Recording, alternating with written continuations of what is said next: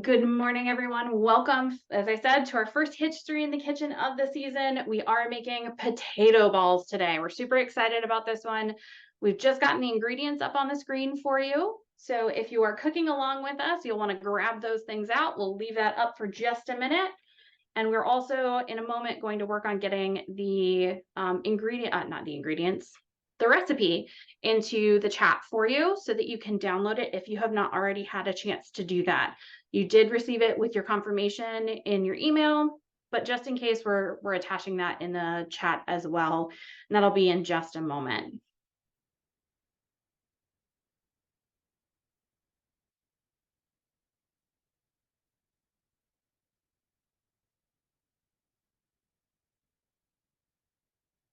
All right, and if you happen to have that recipe handy, taking a look at it, we've got a real fun one.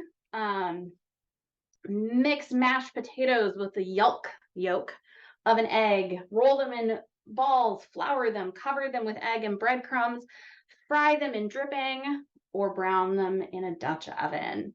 They are an agreeable vegetable relish and a supper dish. So Rachel and I really like this one because we are both potato fiends, and we will eat potatoes at any point in time. So we've got all of our ingredients here. Rachel, if you will drop that screen share. Fabulous. All right. So what I've got down here on the screen, I've got some potatoes that I cooked up this morning, just got them nice and tender. If you haven't already cooked or don't already have mashed potatoes, you just need a single russet like this size is about a pound, and that'll be enough for this recipe today. And you just need to cook them for 5 to 7 minutes in small pieces like this in the microwave, and they'll be ready to go. We also have our eggs. We added a little salt that's not in the original recipe. We're adding a little salt today that was not in the original recipe. I realized looking at the modern adaptation, we forgot to put the flour in as well. And here are my breadcrumbs. So, and I'm also going to be frying in vegetable oil today because we've got some folks who have some issues with lard or pig fat, which is what they would normally be using. I'm also going to run a small batch of these through the oven today. So if you would prefer to run your potato balls in the oven, that's the Dutch oven part of the recipe, you'll want to turn your oven on to about 350. So I'm going to get that started right now.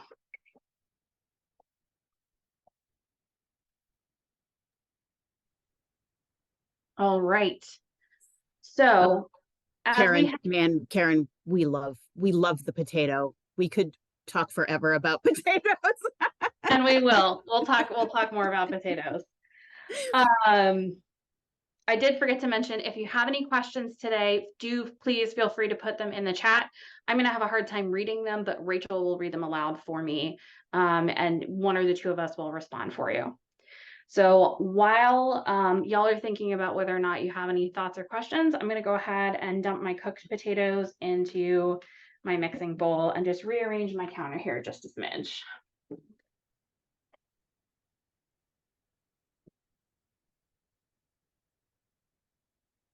Anyone have any thoughts or questions at this point you'd like to share with us? Feel free to, like I said, pop it into the chat. So Lacey and I were talking this morning about what we needed to say as we were trying to deal with all the technical difficulties of the first History in the Kitchen, but what we wanted to say about potatoes. And we were thinking about sweet potatoes versus white potatoes, or they sometimes called them starch potatoes, which is or Spanish potatoes. Spanish potatoes is white potatoes. Or Irish potatoes. They were in recipes, in old recipes, they often did not distinguish which they were talking about, and you won't know. And they treated them exactly the same. So any old recipe is often, it'll say at the end, like, oh, you can also do this with white potatoes, which means they were talking about sweet potatoes, but they would treat it the same. So if they're making a pie, they'll make it exactly the same with white or sweet potatoes. Yeah. So while Rachel was talking, I went ahead and mashed up our potatoes today. So you can see I'm just getting a nice, even, smooth texture. If at home you already have pre-cooked mashed potatoes, they'll work really well in this recipe as well. So if you're thinking about what do I do with all my leftover mashed potatoes after Thanksgiving, this is a great way to use them up. All right, so I am going to go ahead and start working in my eggs. And you can see I've got 3 eggs here. I want 1 yolk, and I'm gonna add that in. We'll check and see the liquid balance. I may add a little bit more egg from one of the other 2 and save the other one for dredging when I'm getting ready to fry. And many of you who have done this before will remember that a lot of doing this is judging what you think is right. Sometimes their eggs were sometimes a lot smaller than ours. So what they call for an amount of eggs. I tell you, Lacey, the eggs have been evil lately. So I'm gonna do this the old school way between my fingers instead of in the shell because the shell just died. This is a great activity if you've got kiddos at home, a learning experience. Be ready to break a few eggs and maybe lose a few yolks, but I'm just using my fingers loosely open to separate. So I've got the egg white down there in the bowl and the yolk in my palm, and I'm just gonna chuck that in there and wash my hands, and I'll be right back. So their eggs tended to be a little smaller than ours because their chickens were a little smaller. So a lot of times, well, they'll call for an amount of eggs. You're going to look at it and you're going to put in half that amount and say, that seems like enough. So sometimes you're just going to have to judge for yourself. Oh, I see in the chat somebody said this works well for potato balls as well as potato cakes. And yes, that is true. Oh, yes. This is a great one for first apartment cooking. And you can, yeah, as Lacey said before, the frozen mashed potatoes from the grocery store. Absolutely perfect. Actually work great. Or not even the frozen. And you can buy just like, which I always forget for soup, that you can just buy frozen cubed potatoes. Yep. So if you want to be super lazy. Yep. This is an easy, very adaptable recipe. So I'm just trying to get that egg mixed in. My texture looks pretty good. You can see it's nice and smooth. It really looks like the potatoes that you might serve at table. Wouldn't serve it now, of course, because it's got some raw egg in it. And I'm going to add just a pinch of salt. Rachel and I were also talking about how the recipes from the past are very malleable and often are missing things. And we suspect that they were in fact seasoning their potatoes, salt, pepper with other spices. And that's just one of the things that got left out of this recipe. Because you just knew, the same way we know that if you don't put salt in this, it's going to be real bland. Yeah, particularly because cookbooks in the 18th century were written for people who already knew how to cook. Today, we find a lot of cookbooks that are written for people who don't. And so they are very in-depth in their explanations, whereas an 18th century cookbook might say, cook it until it looks well, which is really helpful. So if you're cooking along with kiddos at home, you've got a great opportunity, get them to help you mix in the egg, mix in the salts.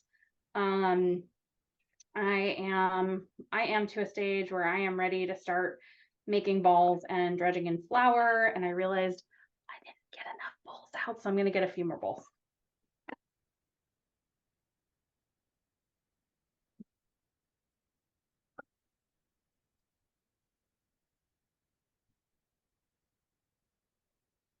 I'm just staring at the potatoes with love. Like heart emojis. We're ready for this.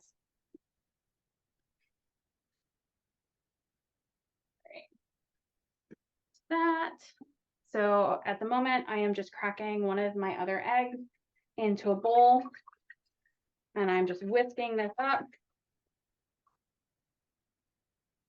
to put my potato balls in. And I'm pretending this is hot, but I haven't actually turned on my burner yet. So I'm just rearranging here to get myself a little more space that's still on camera. I'm gonna put my flour in this bowl right here. It's about half a cup. You could try a few tablespoons up to half a cup, see how much you need. Sometimes it takes more or less depending on how damp your mixture is. Same thing with the breadcrumbs. And I should also mention this recipe is incredibly adaptable to being gluten-free. I am using gluten-free flour and gluten-free breadcrumbs today for some of our folks who have that necessity in their diet. Because what you don't see after we get off the camera is I feed this to all of our staff members. All right, I can see some things going on in the chat. Do we have any thoughts or questions at this point? We do not. Okay. All right. I realized I'm still wearing a ring. That's going to be a bad idea. My hands in mashed potatoes.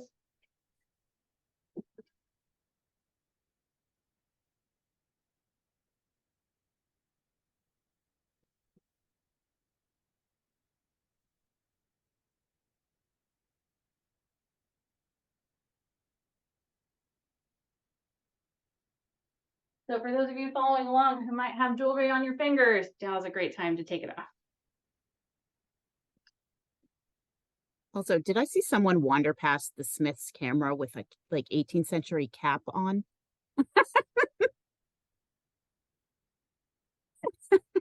Love it. Yes, we're dressed up, although the cap is now off. But I glanced over and I was like, did I see that? So I am starting to take balls of my potato mixture. And in this case, I am taking balls that are just a little bit smaller than a ping pong ball. In the 18th century, they might have called this the size of a walnut or the size of a nutmeg. There were a couple of different measures. A nutmeg's a little smaller than a walnut in the 18th century, but either one of those those are common measures that we see for things like this. Now, Rachel, we have not mentioned who this recipe is for. Do you want to talk a little bit about that? This is a great recipe in that everybody would have eaten these. All classes would have had access, except for the flour. But these could also be that backwards. I feel really dumb. It's been a day lately. It's gonna taste delicious. You should do flour first and then egg, my friends. It's been delicious. It'll be delicious. Flour is a little iffy on depending on where in the country you lived, your access to flour. But also these could easily be made with just the breadcrumbs. And it would be just as good, and could be easily made with cornmeal as well. But the potato is easily grown in this country, as most of you know from the amount of potatoes that we currently eat these days. So, and we're easy to grow and easily, you just did it backwards again. No, I didn't. I did the flour first. Oh, yeah. Sorry, it was backwards from the way you did it before. And, and eggs were easy to come by. So, and lard was easy to come by. So everyone in society would have eaten these. And perhaps if you were serving them in a fancy table, you might have a sauce or something. But, yep. So while Rachel has been chatting, I have been rolling all of our mashed potatoes into little balls. I am doing it in the correct order this time, dredging in flour, which helps make the eggs stick, and then the eggs help to get the breadcrumbs to stick.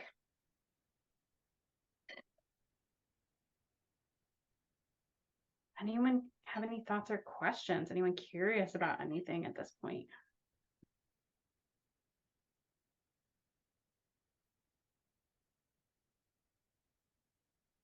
These are also great to, especially for sort of tenant farmer or a lower class person, because they use leftovers, which was always good if you had to spend most of your life working in the potato field, or other tobacco field. What did I just say? Potatoes. Yeah, because I'm thinking about potatoes. Tobacco field is something that things that either cooked fast or things like a slow cooker that cooked real slow. So that just stayed over the fire and you didn't touch it. So, but you can imagine that these would feed people. It would be hearty. It would fill your stomach and you could cook them real fast with something left over from the day before. And it would be easy to make enough the day before to eat leftovers. Karen would like to know if spices were used in this recipe. Like we were saying, Great question. that we think that the recipes were more of a template and you could add, people would have added what they wanted. Like, I mean, if were making these at home, I would probably add cayenne. Oh my gosh, yes. and That would make them amazing. and they, I mean, and just like today, I think that people would have had preferences and they would have put what they wanted. Exactly. And I think at tables like the Masons, where they could afford to have things like ketchup, we're not talking ketchup in the modern sense. We're talking something closer to Worcestershire sauce that provides a lot of umami and kind of that deep flavor. And those were often in little bottles or pitchers on the table when they ate a meal. For somebody who was African American and people of African descent had a really strong tradition of eating small fried tidbits of all kinds of different vegetables. Maybe not potato balls. That's not so much in their native culture. They might have put cayenne or other hot pepper sauces on something like this if they were eating it. Donna, that is such a good question because I admit What's that the question? I giggle every time I say it. She said, was there a fancier name for potato balls? Nope. Yeah. I've never seen one, but I too have wondered this one. Yeah. Oh, Karen, rosemary. That would be Oh, yeah, that would be good. There are other recipes. That one's actually a little big and I got a tiny little bit more in the bowl than I thought I did. There are other recipes for things in what's called in croquette, which I think is coming from the French tradition, where you mash a variety of different ingredients up, roll them into balls like this, dredge them in flour, egg, and breadcrumbs of some sort, and then fry them. So they might have called these croquette. And what now I can't remember because I forget everything the minute we do it. How do you make potato puffs? I don't think I've ever made a recipe called potato puffs. Have we? I can't remember. What's We've it? done- So, but carrot we've done- puffs are, Carrot puffs are grated or boiled and mashed carrots with egg, breadcrumb, nutmeg, then everything's mixed together cream. and you fry it. Everything's mixed together and you do the same thing. You make it in a ball like this and then you fry it, but you don't do the dredging. But you don't do the dredging, right? Yeah. All right. I have potatoes all over my hands, so I'm going to wash my hands real quick.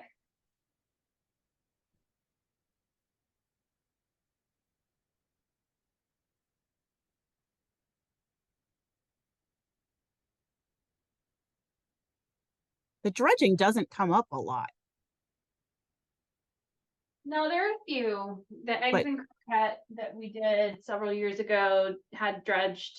Yeah, Yeah. but all in all, it's not a huge component, which makes now I have to go look this week to figure out when that starts appearing more commonly. We'll talk more about that next week when we make parsnip cakes. Yep.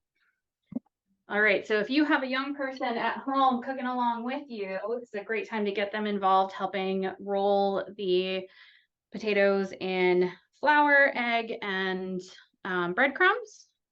So I'm just giving these a quick spin and popping them in there. And while we were talking, my oven preheated. I'm also going to I need to turn the correct burner on. I'm turning my burner on to medium high to heat up. You may notice I am in fact using a cast iron skillet today. That is my cook material of preference when I'm frying in particular, but use whatever you got at home. you might have a Dutch oven pot, one of those deeper pots, where you can get a little bit more depth in the oil and get an all over fry, and kind of deep fry these. Or if you just got a skillet at home, use a skillet. That is what they were likely using in the 18th century.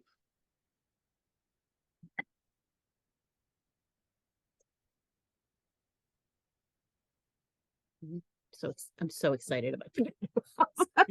Mhm. Yeah. One of the other things I was just thinking about and that made these so accessible to so many people is that potatoes, I don't know if anybody has ever grown potatoes who is out there with us today. They don't take up a lot of space. You get a lot of bang for your one potato plant. You can get 12 or 15 potatoes, depending on the size. Not all of them are like this massive honker over here. But you can get a lot of potatoes. I also forgot to say, if you are not a big cooker, and you're trying to figure out what kind of potatoes to cook this with, you'll want russets, Yukon Golds, starchy potatoes. You want to stay away from the new potatoes, which are waxy. They won't mash well and they won't give you a really good end product. All right. So I have 5 of our potato balls all rolled up and coated in breadcrumbs here on my bowl. So I'm going to start off by chucking a couple of them in the oven. And you may remember the original recipe said that you could do them in a Dutch oven. So it's just like your modern oven. Heated that up to 350 today. Pour in a little bit of oil. You can use spray oil or butter, whatever you have in the house. And just pop on. Cynthia, those breadcrumbs that we're using right now are in fact panko. These happen to be gluten-free panko, but we use panko for everything in the 18th century kitchen usually. Yeah, the breadcrumbs that they were using were grated by hand. So using pretty stale bread and a grater, and you would get some finer grain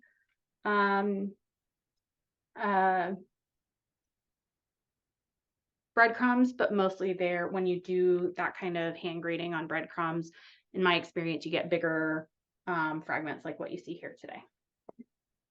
All right, so I'm gonna pop those in the oven for about 3 minutes, take a look at them, and then we'll flip them over. And for those of you who are following along with the frying, we'll get started with that in just a sec.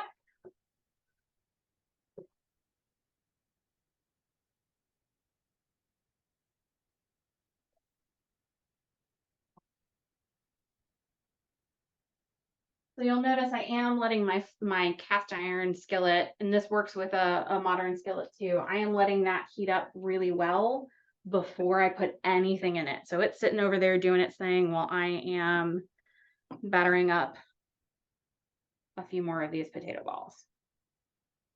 In just a minute, I will put some oil in that pan.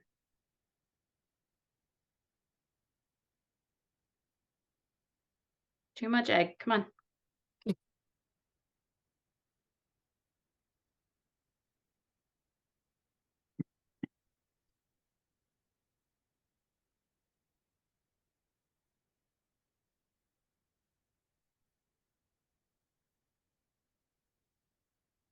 Tell you, Lacey, the eggs have been fighting us lately. We did a program not that long ago where we used what's 3 times 18, Harlow? No, it was more than that. It was 5 dozen. It was 5 dozen eggs. And they were all like the shells were really thin. Spent a lot of time swearing at eggs. And they shattered, and we had to separate them, and they just shattered on us. Like the one I did earlier. All right. My gosh, this is making me think about Christmas cookies, everybody. I don't know if any of you do any cookies that are rolled in powdered sugar, but that is the vibe I am getting this morning. Oh, Mexican wedding cookies. I was actually thinking about chocolate crinkle cookies. You roll them before you bake them.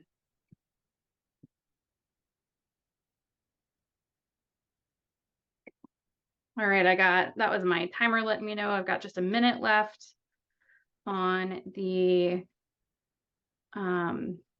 potato balls that I have in the oven. We'll pull them out and see what they look like. We're probably going to flip them over, give them a little bit more time in the oven. All right, and I can feel on my elbow, real nice heat coming up on this pan. Hasn't started smelling yet. Oh, it has started smoking just the tiniest bit, which means it is nice and hot. And the seasoning is starting to cook on it. So I am going to add some oil to that in just a second.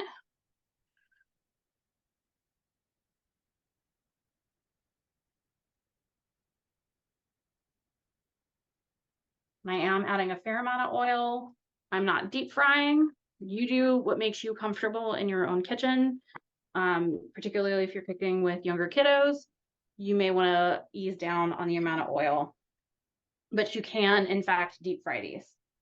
That's my timer on the potato balls in the oven. So let's pull those out and take a look. Karen, I was wondering about air frying too. You probably could air fry I bet these. you could, It'd probably be pretty good that way.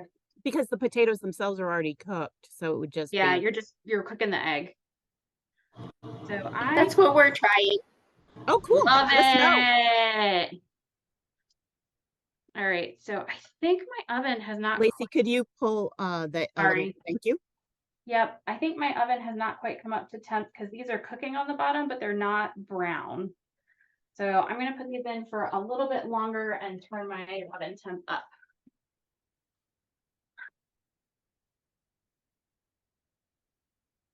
So I'm just hitting 375 on that. This is nice and warm now. And so I believe when I drop my first potato ball in, you all should hear a nice sizzle. Not Can quite. see it, It's sizzling. but you We can see it, but you can't really hear it yet. So I turn the temperature up just a smidge on that. I'm going to drop another one in. It is good to know that every time you add something like this to the oil in a frying pan, it does cause the temperature of the oil to decrease. And if you overcrowd your pan, it will make it harder for them to cook more evenly and quickly. And if you plan on joining us for a lot of this season, you should pay attention to the frying, because Lacey and I may have chosen To fry all the things. to fry all the things.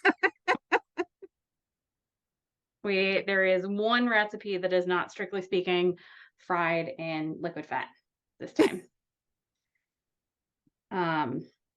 So for our next session, as I mentioned, we're doing parsnip fritters, and the session after that, Rachel will be on screen doing donuts from a historic recipe. And then we will be doing Donuts fried in butter. That's right, fried in butter.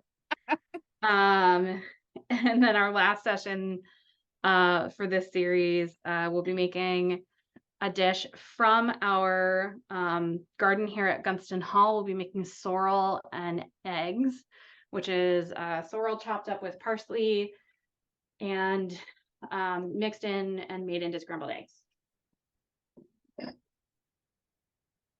All right, so I don't know if you can hear the sizzling. I'm starting to see some nice browning around the edges of these guys. So I am going to give them just a little bit of a turn. We're going to try to get a nice even brown all the way around the sides of these. I don't know if you can see that very well on camera yet. Yes, yep. Nice golden brown right there.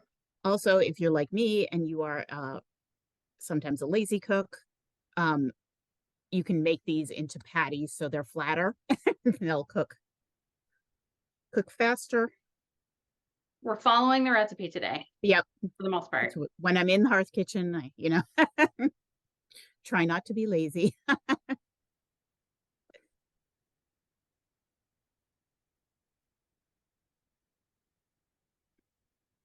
The parsnip fritters for next month, even if you don't like parsnips, I am not a huge parsnip fan.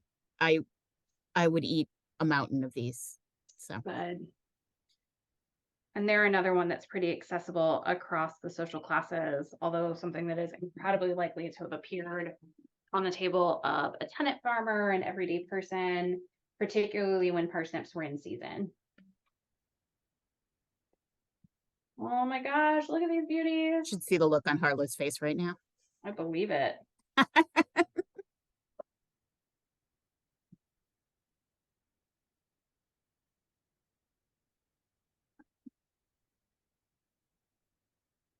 All right. I just looked around and realized I have no paper towels. Nothing to which to drain the excess oil off. In the 18th century, of course, they didn't have paper towels either.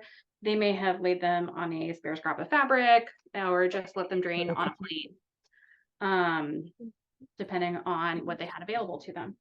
Probably not paper or paper towels like we do, paper bags or paper towels like we do today, because paper was actually pretty expensive in the 18th century. I've sent Harlow for you. Excellent.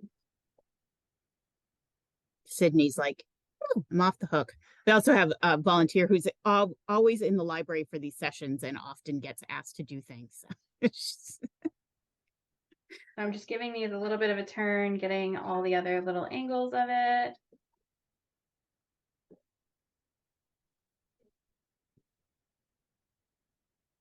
Thanks, Harlow.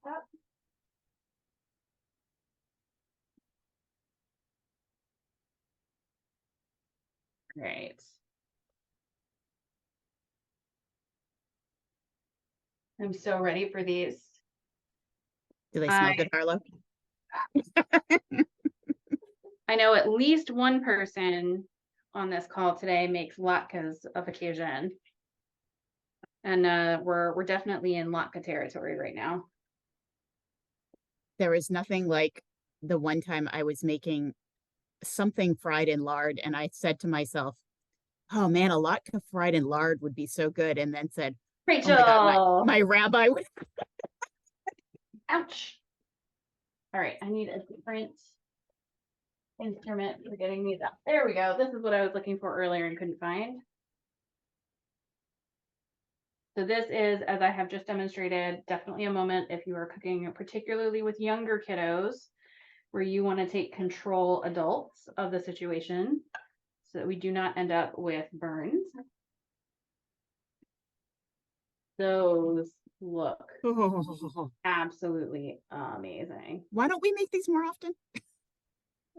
I don't know. We should do them for the in-person hearth cooking workshop. There we go. That's a nice sizzle. Can you hear that?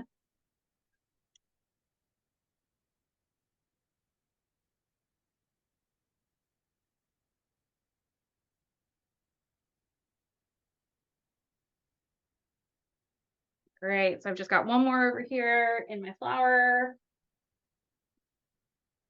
And I set my egg over there.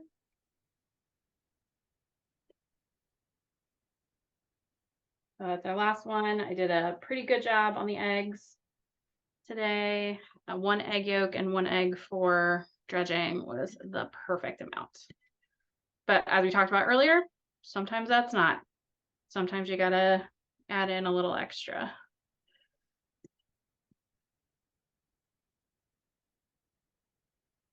All right, and in case you were wondering if I forgot about the ones in the oven, I didn't. Take a look at this. Oh, those are starting to look better. I'm starting to get a little brown. Yeah, that's what we're looking for. So these will definitely be not quite as round if you're cooking them in the oven. But as we looked at that original recipe, it did say you could brown them in a Dutch oven.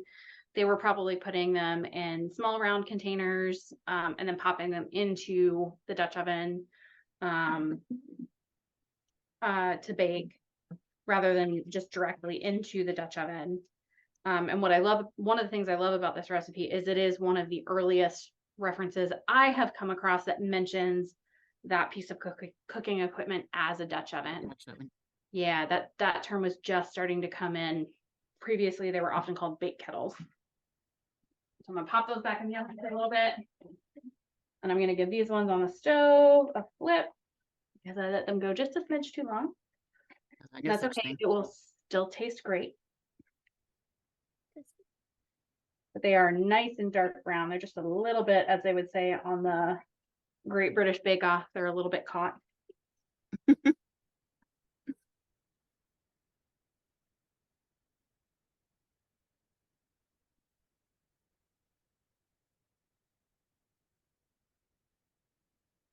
All right, do we have any thoughts or questions over there in the chat? We do not. Does anyone have any questions for us?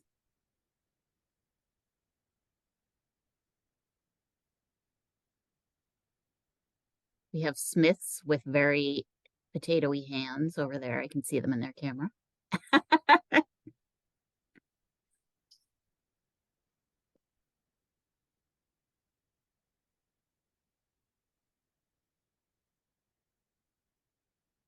Our oil is a little hot. I turned the temperature down on the burner over here because I think we're getting the outsides cooked before the insides of these potato balls are cooked. So we're trying to make sure the egg is cooked through, which in this case is just our binder, but we just want to make sure that we're being cautious of all of those germs that might be there.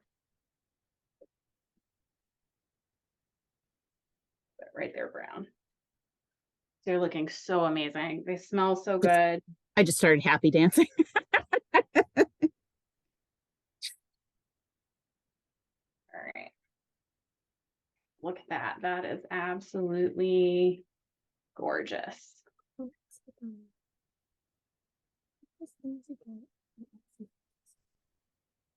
Hush puppies? Yeah, did I hear that these are a lot like hush Yeah, you puppies? don't need to whisper. Yeah. Yeah. These Yeah, they do are look these little. are a cousin of hush puppies. I think hush puppies, I think in many ways came, as I mentioned earlier, that African tradition of frying small tidbits of food. I think between that and encountering cornbread, when people of African descent were enslaved here, is one of the things that caused the advent of the hush puppy.